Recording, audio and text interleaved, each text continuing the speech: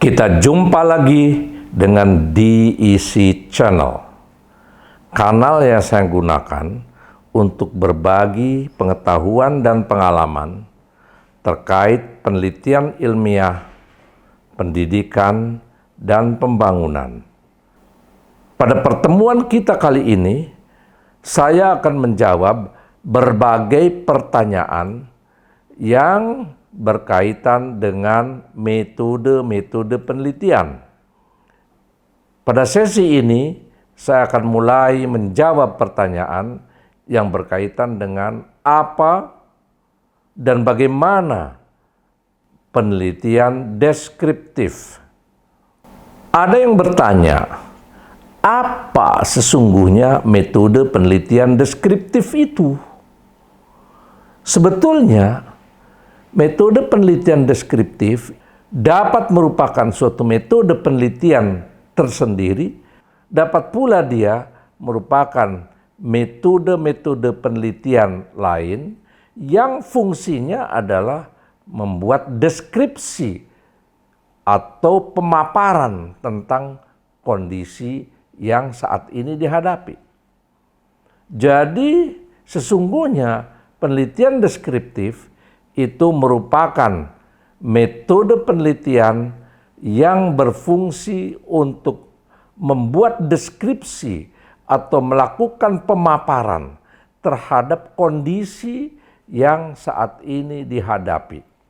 Sebagaimana kita bahas pada sesi sebelumnya, bahwa penelitian deskriptif itu termasuk ke dalam kategori paradigma positivis atau post-positivis.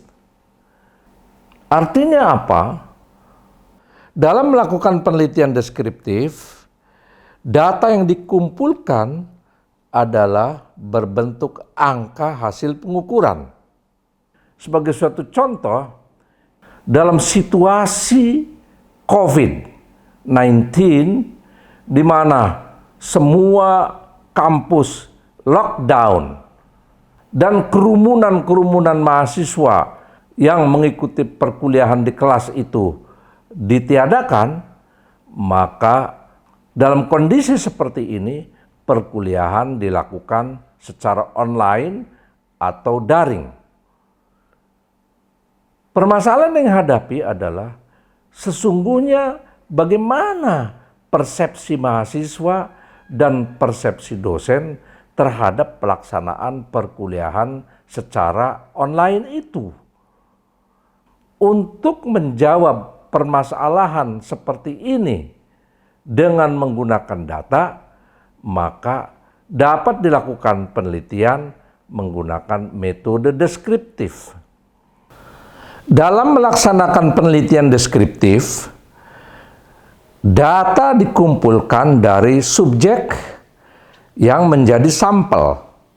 Persoalan yang berkaitan dengan sampel ini adalah berapa besar ukuran sampel yang digunakan untuk mengumpulkan data untuk menjawab permasalahan penelitian.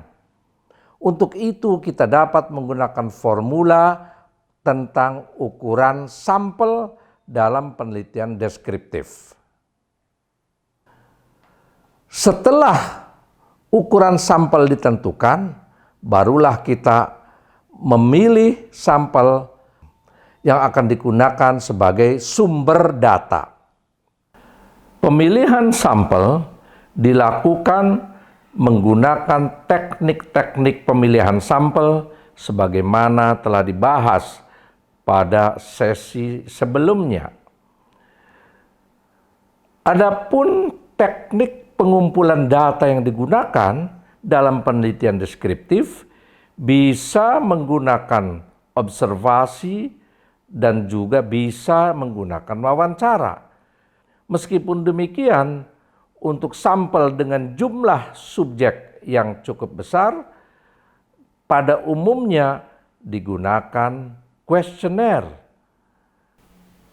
Kuesioner ini ada yang berbentuk kuesioner dengan jawaban tertutup, Ada kuesioner dengan jawaban terbuka dan ada kuesioner campuran.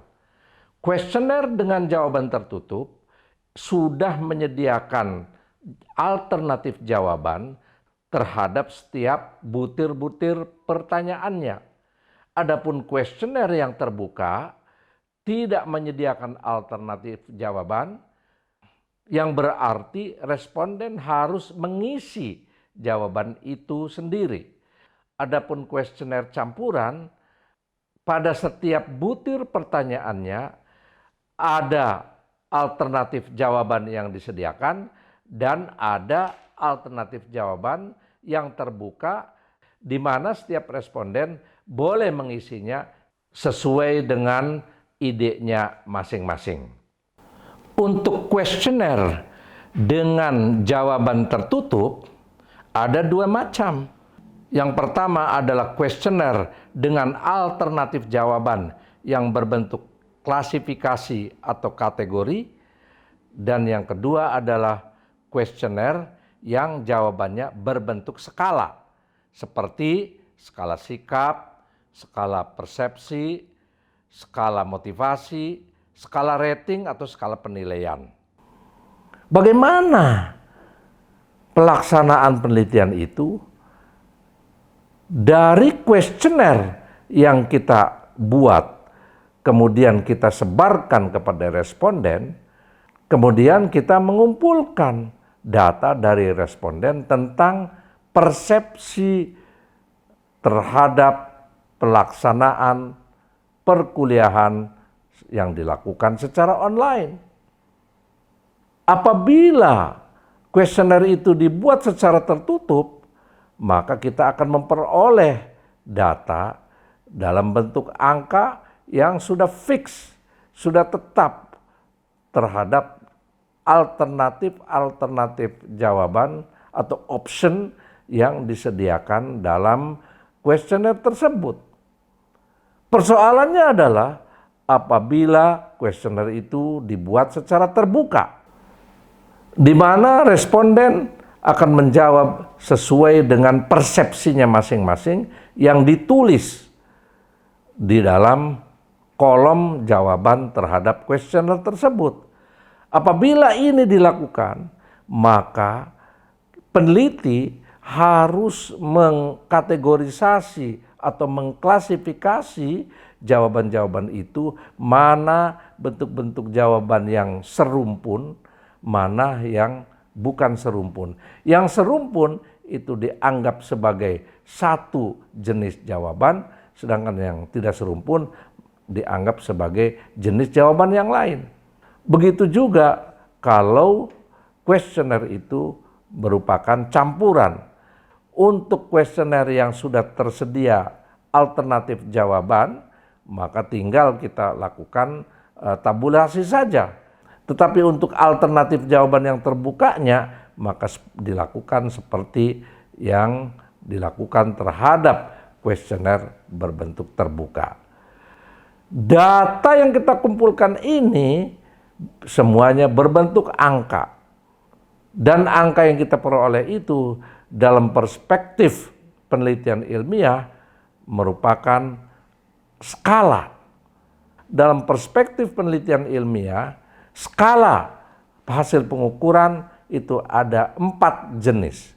Yang pertama adalah skala nominal, yang kedua adalah skala ordinal, yang ketiga adalah skala interval, dan yang keempat adalah skala rasio. Apa yang dimaksud dengan data berskala nominal? Data yang berskala nominal itu sendiri merupakan data yang berbentuk bilangan bulat yang menggambarkan tentang jumlah klasifikasi. Sedangkan data yang berskala ordinal adalah data yang berbentuk ranking atau peringkat. Data berskala interval adalah data tes. Sedangkan data yang berskala rasio adalah data hasil pengukuran dengan menggunakan alat ukur atau metrik.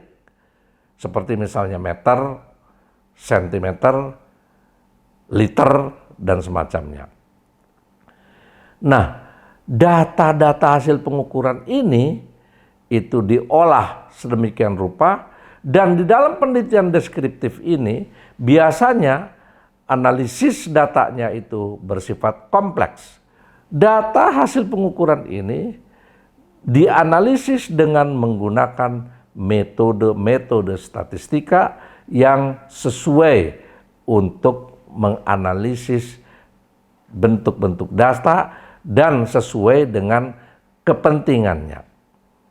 Dalam analisis data pada penelitian deskriptif itu biasanya tidak hanya menampilkan tetapi juga melakukan analisis secara kompleks, misalnya hubungan antara berbagai variabel dengan respon yang diberikannya.